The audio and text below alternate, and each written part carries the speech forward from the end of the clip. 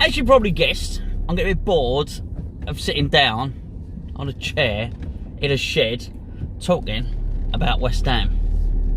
So, a special treat, you've guessed it. It's not take a walk with Gonzo today. Oh no. But you've still got it wrong. You think it's take a drive with Gonzo. No. No, no, no. Go to the car wash with Gonzo and talk about West Ham in a car wash. How'd you like that? There's no other time, I'm afraid. I've been given express instructions. Number one, don't crash while making a video. Number two, go and wash the motor. Well, I've been told to wash more than just a motor, if the truth be known. But we'll get to that in a minute. So, but before we start, have you seen the, we just touched on it a little bit yesterday, didn't we? The Zoom calling. Let me just run you through the whole concept of it, right? So, basically, the idea is, you've all been using Zoom recently, the idea is we zoom into the stadium when West Ham are playing. Not actually zoom in there. I mean like a Zoom call. So imagine, if you will, right, the screen, the big screen in a stadium, and it's full of little squares. And everyone's got their face on. So you're sort of staring onto the pitch, and the idea is that it's meant to feel more comfortable. Now, the papers have picked this up and run with it, but it was actually Nigel's idea, Nigel Khan. If you look at some of our excellent videos on here called Retro Hammers, go and have a look on this channel. It's Nigel doing them. It was Nigel's idea, and Sean Wetston's up and running with it. I'm a bit worried they're going to take it seriously. And I'd said to Canning Town Len on the phone, I would show my arse. Anyway, little did I know, Len's done an animation on it, just to show what this concept could truly look like if everybody was to broadcast themselves into the London Stadium. And I'm not sure about the players being calmed by this or being made to feel more at home. We'll see. Let's hope it's not been taken seriously. But if it happens, it'll be groundbreaking, put it that way. Out of interest, what did you think? Hairy arse, hairy testicles, or like a hairy cleavage with no nipples? I don't know. You got to get a code to use the car wash. 555 948. Same as me pin. Proceed. Windows up. I'm not silly at all. Right, hold on a second. I've got to drive up until it says stop. Is that right? Oh, I know. Mirrors in. Stop there. It's coming, by the way. Like a tsunami's coming my way or something.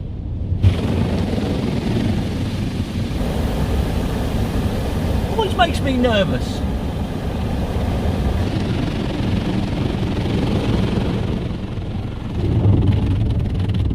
Beautiful. I think the hair dryer. I think the blowjob bit's coming now. Yeah, pretty good. I'm out of here, I think. Oh, blimey, it's a squeeze. It's another squeeze. Go on, you can do it. Look at that. Hey?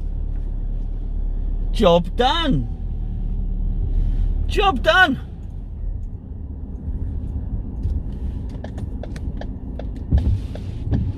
So, all right. He's a West Ham fan, funny enough.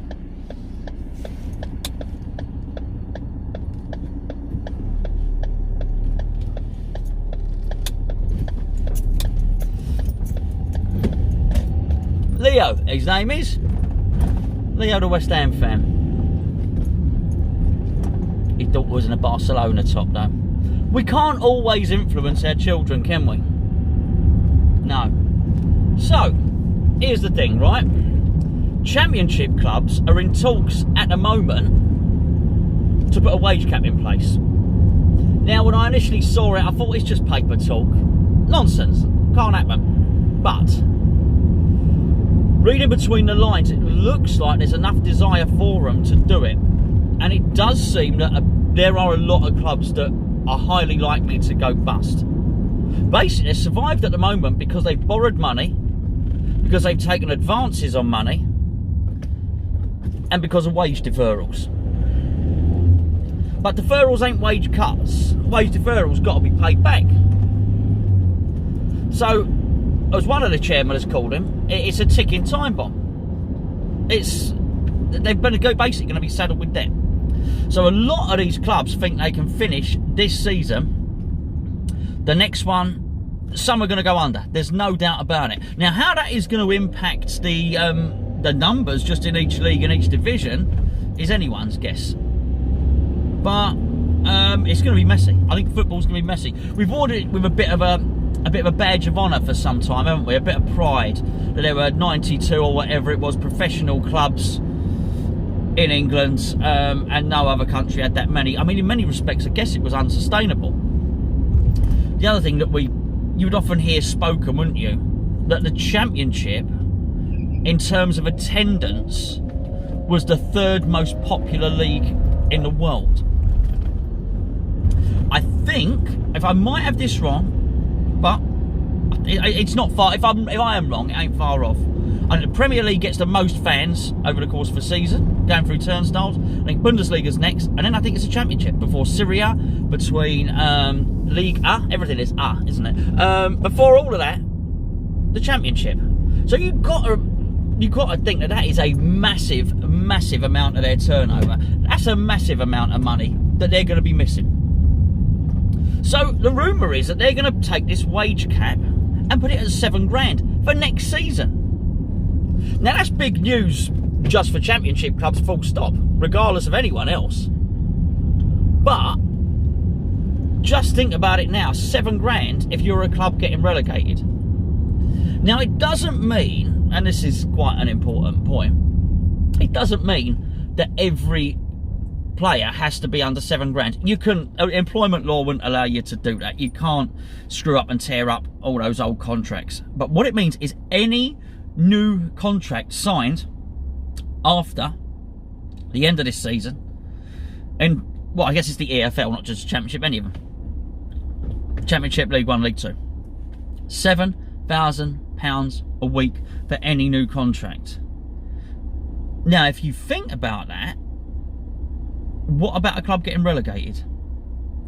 Because it's often thought that what happens is you get relegated, you go down, you get rid of Carlos Sanchez, maybe someone takes Yarmolenko, who hasn't really worked out because of fitness, so on and so forth. Maybe someone, Declan Rice, you wouldn't expect to play in the Championship, obviously. Chelsea come in and buy Declan Rice, so on and so forth.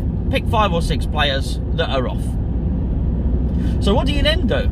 Well then you go and buy Derby's right back, Leeds' central midfielder, presuming they're not promoted, of course, or whatever. Matty Cash, who we've discussed before. You basically go and buy the best players in the Championship. Not anymore, you're not. Because you can't. Because any new contracts have got to be $7,000 a week. Now, some of these players are on $50,000 in the Championship. They're not going to come for $7,000 a week. I guess you could do a ratchet with some sort of incentive. If we get promoted, then your wages go up to $50,000 or whatever it may be. Hold on, change lane.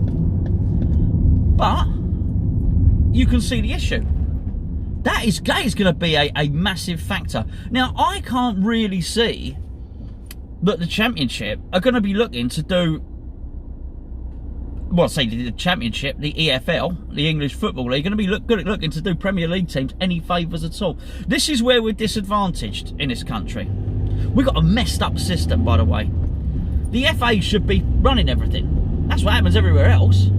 The footballing governing body, you know, it rules stuff. But no, we are really fragmented. So we've got 2 separate people running the football leagues who are separate from the national governing body, the Football Association.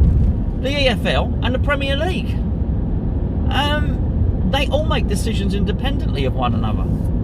So I can't see the Football League turning around and saying, oh, everyone else is £7,000, apart from the Premier League clubs, you can do 50. I just can't see it happening at all. Now, if you're a Championship club, you probably think that's good. It probably balances it out a little bit. But what it would probably do, rather than balance it out, it would probably mean if you had got relegated, you probably wouldn't sell Yarmolenko. There's a lot of players you probably wouldn't sell because you would think, actually, I can't buy my way out of this division. I'm going to have to keep those Premier League standard players and hope they get us out of it. And the other thing it definitely does is it means you've got to take your Championship players, your academy players, a lot more seriously. You're going to have to give them a chance. And certainly, I mean, this is a good one, you can't be paying them 20 grand a week, like your Reece Oxford. So actually, your 5 grand a week or whatever it might be for Ngakia with your win bonus and your appearance bonus, taking it up to 15, 20, might not be such a bad idea at all.